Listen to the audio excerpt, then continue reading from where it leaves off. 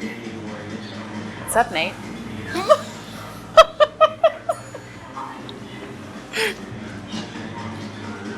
Well, this is Nate House with Craft House Media. I'm here with Suzanne Stahlman. And I was so excited when you said, yes, I'll talk to you. Great. I'm glad that you were excited. Oh, gosh.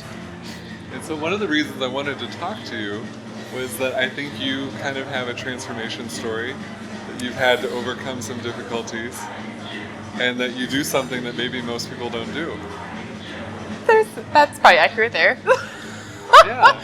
I'm not sure how transformative my story is, but it's still a story. Everyone has a story, so.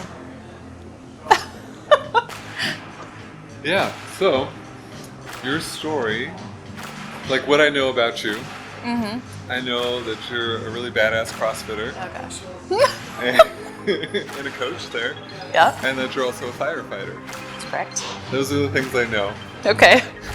What else do you want to know? These things I know are true. Bring it on in. We'll take a short food intermission. Great. And we're back. And we're back. Okay, so where I left off. So I know you as a CrossFitter, Right. as a coach, and as a firefighter. Yep. These might not always be the easiest roles to be in. Sure. They're not.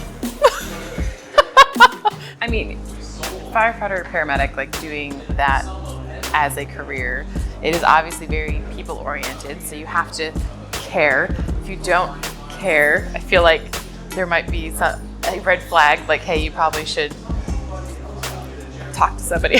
I don't know. It's just life is gotten too crazy, or in that career as well. There's burnout. You see a lot of crap at times, and sometimes you don't. There's also a lot of BS that we deal with all the time that it's just the mundane that some people can dislike, which it's with any job, I think. But sure. But yeah, you're involved in your community. I love getting to be involved in the elementary school in our town and doing fire safety, and honestly, then it helps those kids because when they potentially might get sick and we have to respond to them, they're not as scared when they're coming into the ambulance, when they recognize the firefighter, or they recognize who's coming to help them. So all those things, like all those different PR events that we do, are just so great because they get to know you, and it's not all about heroics and what the TV makes it appear. Are you held to a high standard? Absolutely. Like, you have to make sure you're in shape, make sure that you are able to train or to do your job effectively. And there was actually an article that came out, I think it was this past year, 2019, that it said something about firefighters should train like professional athletes to be held up to that type of a standard. And I was like, it's really true. Like, if you aren't able to be able to save somebody if they needed to be saved, then why are you doing this job? Or what is wrong with your lifestyle that you need to make it different so that you could do that? Because your community, your coworkers are depending on you, and your coworkers' families are depending on you as well. Like, there's that whole layer of aspect of, it's not only your family, it's not only your side, but if you are affecting your coworker as well, and then their families directly if something's going wrong. So you just have all that as part of the job. So Well, there's a couple points of that I really wanted to explore with you. Okay. So when I worked with kids in foster care, they would often tell me either they wanted to be a professional sports athlete or it'd be police or firefighter. Yeah. That was their kind of go-to, like, we have this vision of this person that's involved in their community, that's kind of heroic, and this good person.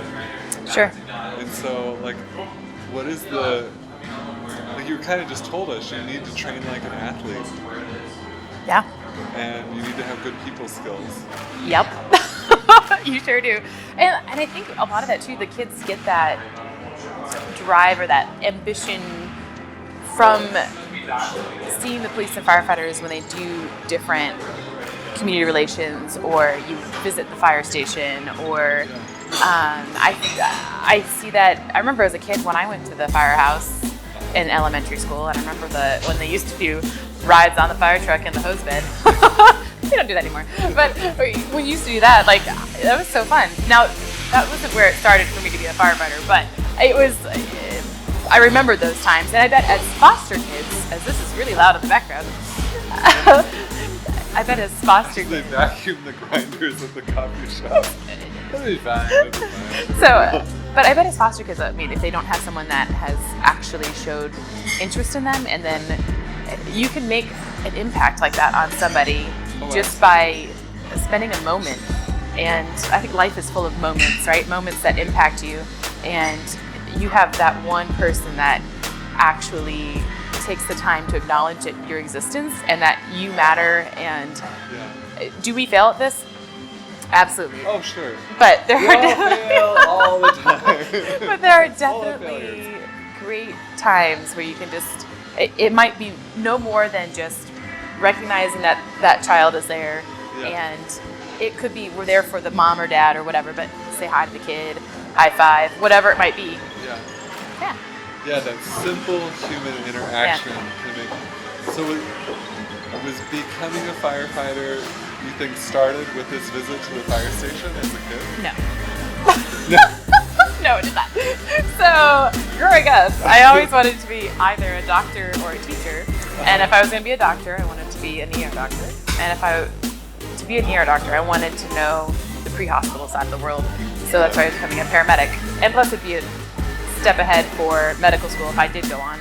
So I was doing that and got my EMT, moved to North Carolina, started volunteering at the fire station there, was going to move up the ranks in the EMT, intermediate, paramedic, and then to get hired on at the fire department, I had to join the fireside. So that's why I started the fireside. But it's addicting, and it's a good challenge, and yeah. So it was never something that I was like, yeah, this is what I'm going to be when I grow up. Yeah. I had sights on doctor and teacher. Okay. But now you kind of do both. Yeah. It really, there's so many teaching moments, fire and EMS side, that is definitely being utilized, Yeah. I would say. And then paramedic literally means side doctor. So, Oh, okay. yeah. So you're a teacher, doctor, athlete. Right. Yeah. All those things. That's exciting though. So you get to be in all of these spaces Yeah. that you're in a teaching role, you're in a helping role. There's, like, I only worked in the ER as a social worker a very little bit, but there's definitely an energy when there's crisis to be managed. For sure. And not that I like crisis, but it is this exciting kind of addictive energy. Yes. Yeah. You have to be an adrenaline junkie, I feel like, to be in this field. So, you know. I like it. Okay, so tell me something about your job that was particularly challenging, or something that, has it ever gotten to a place where you're like, oh man, I don't know if this is for me, or... Yeah, no, it has. Like I think that I mean, this is kind of big now anyway, like the mental health of the first responders. And there's a point where, so I've been in this for 15 years. Okay. And I definitely had a moment or a time in that career that I was getting cold, where I wasn't caring. And I could tell this, like, it's, you have to find that fine line and balance between being able to separate yourself from the situation, because you can't be an emotional mess and not being an emotional mess. Like, you got to find that in a sense, and still, like, actually caring and wanting to still help. And so it was, thankfully, I feel like this was kind of a time in my career that changed my perspective on my career, that I thankfully noticed it. So I stepped back, okay, how do I make this better? What do I do so that I start caring again. And I started just thinking, as much as you don't think it's an emergency, as much as you don't think this warrants any type of emergency medical care or providers showing up, you have not been in their shoes. And you don't know what happened to their family member that could have been exactly what they're feeling or what they think they're feeling. And that's what happened before their mom died or before the grandma died or who knows, so like So you noticed empathy was kind of, yes. the empathy tank was getting Yes, a little empty? yes. So just regaining that without becoming a blubbering mess at the same time. Because there are definitely calls where it's hard and it sucks. Like a simple, like, kid having a seizure call that you can't control the seizures and you see the hopelessness in the parents' faces, like, that's where you have to make sure you're not getting too attached, because if you put yourself in those shoes right then you feel, oh my gosh, I understand, or I can attempt to understand how horrible that has to feel, that you're witnessing your child shake uncontrollably, or any problem, exactly, and there's nothing you can do. Right. How helpless that feels. So,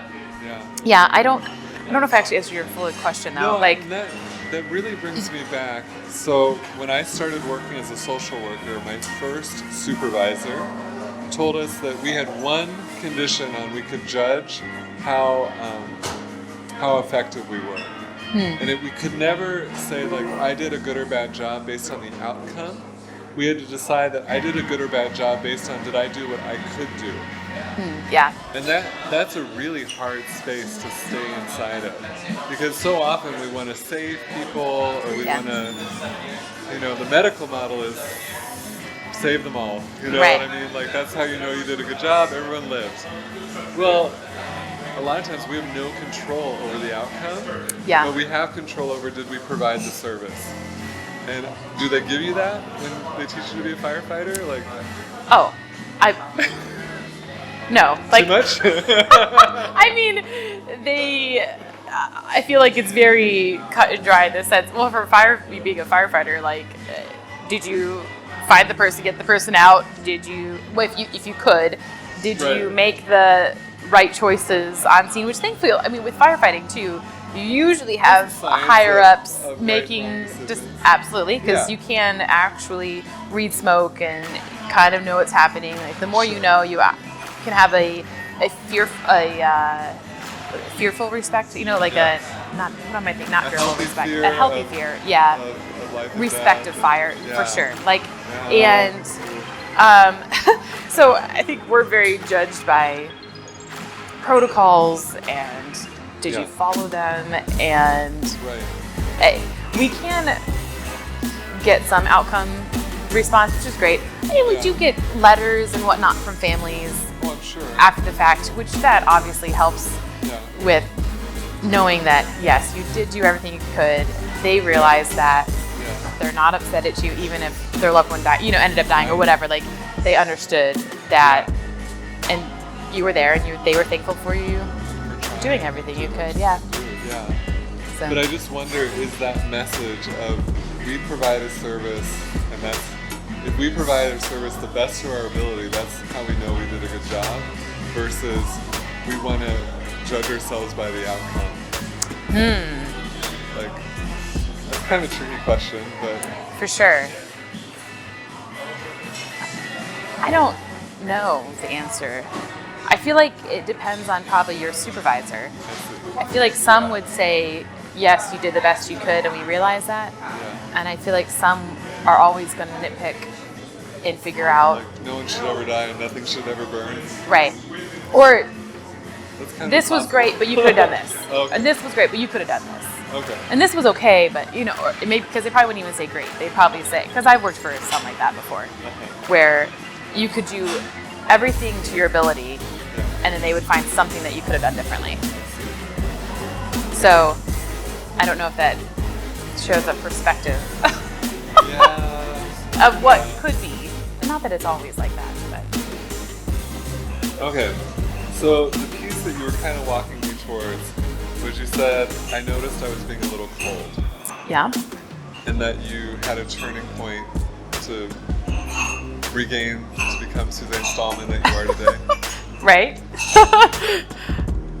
But I don't know if I can pinpoint the turning point either, though. I think I just recognize that there was yeah, a problem. yeah.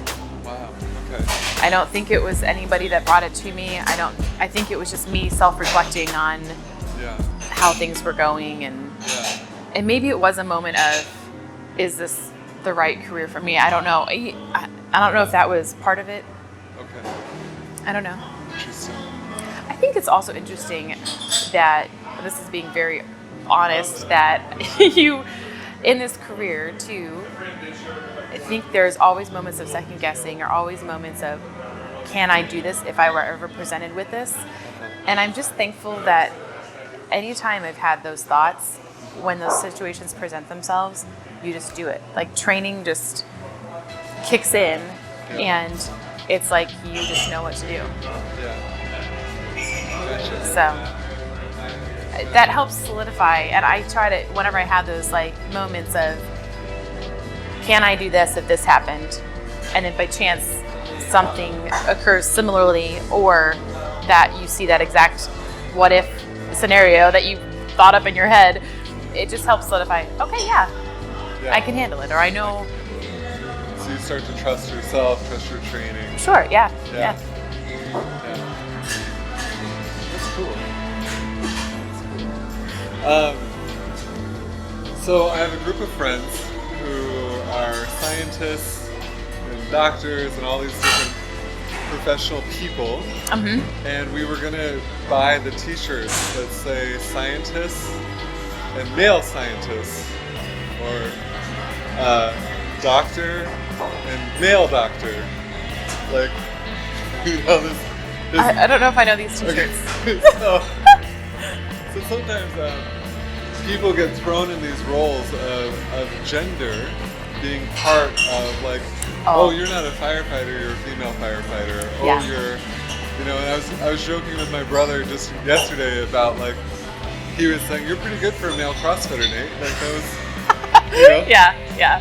Like, I'm sure there's been instances where it is more difficult to be a firefighter and be a woman. Sure. Like, has that been a battle? Has that been something? Not as bad as some have definitely battled. I think there are definitely females out there that have been through the trenches on this.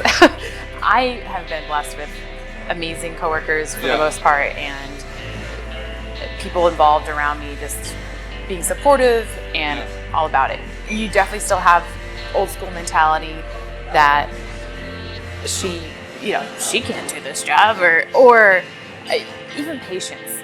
Anyone I know, you can do this job. Or like patience even.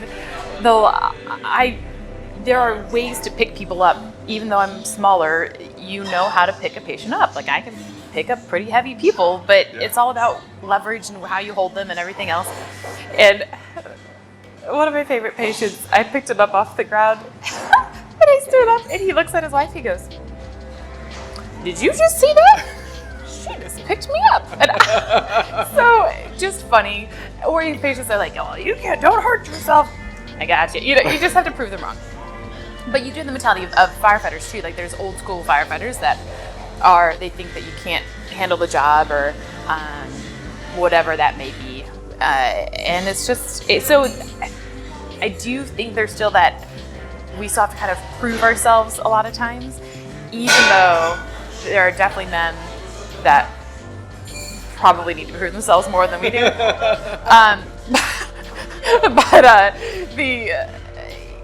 You are held, and I mean, genetics, females are naturally weaker, so do we have to work harder to maintain a level of fitness and strength? Yeah, absolutely.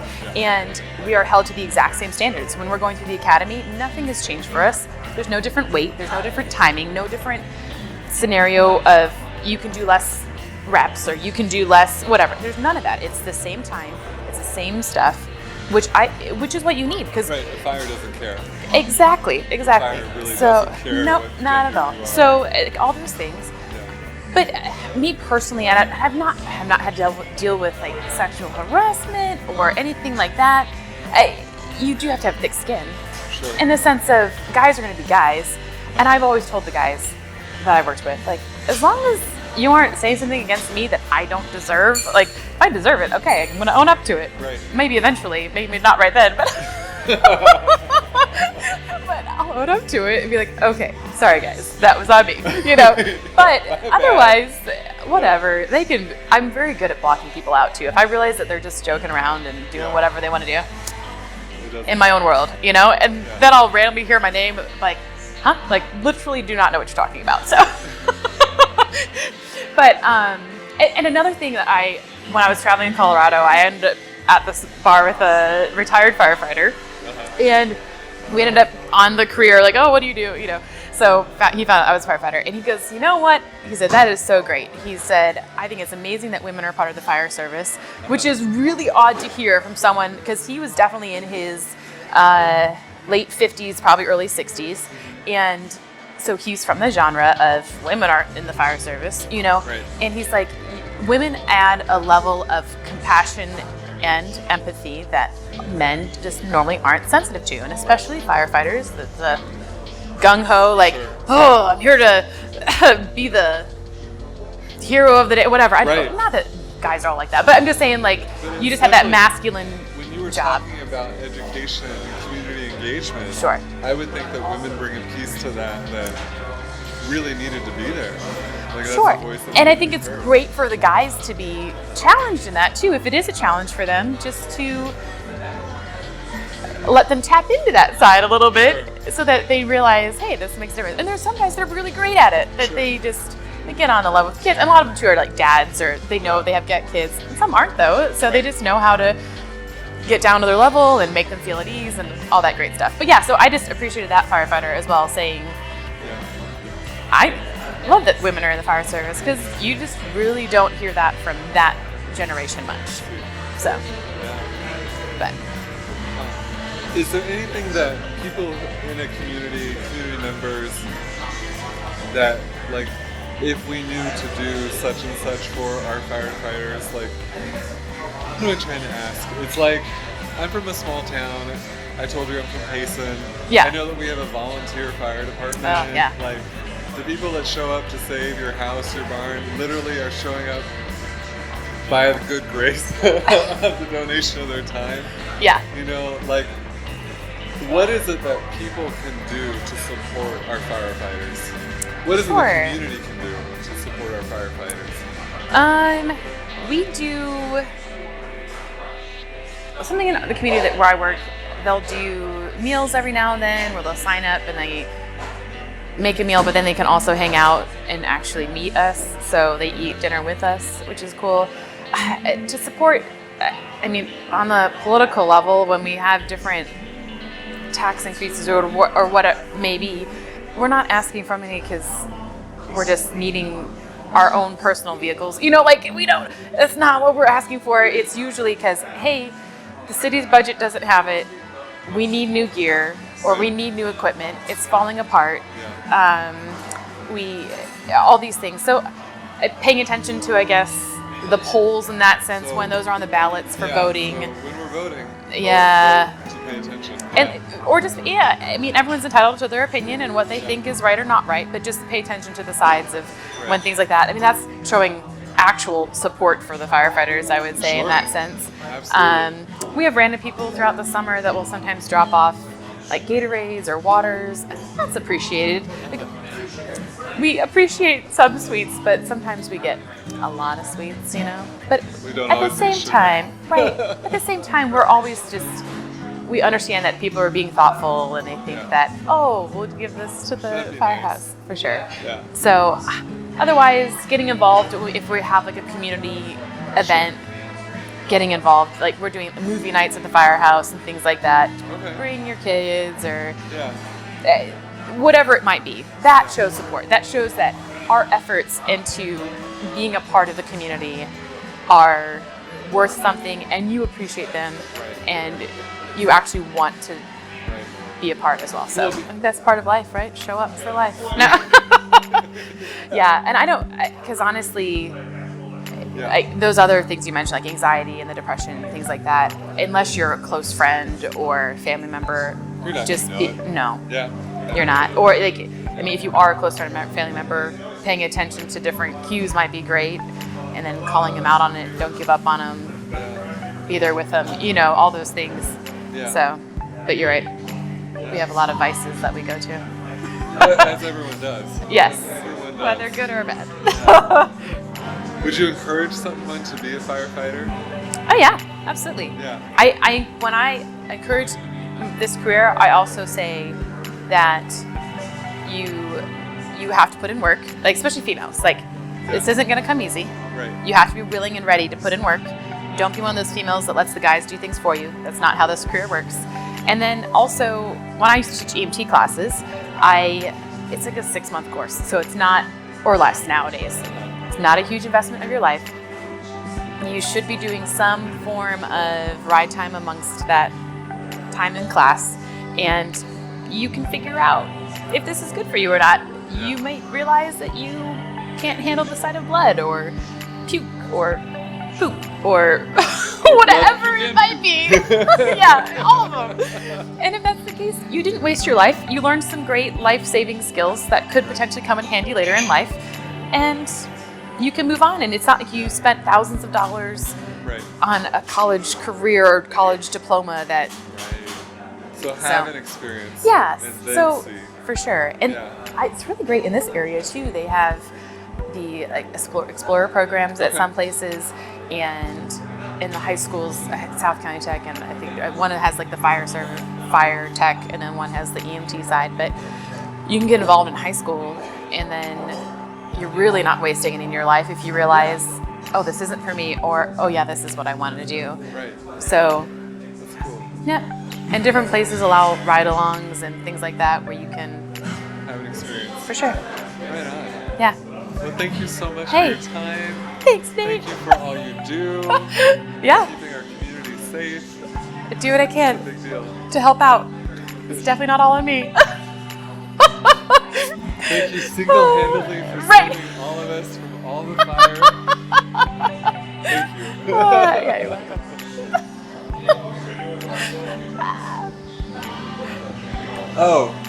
Again, this is Craft House Media.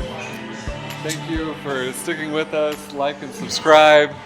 And stay tuned for more good stories. Yeah.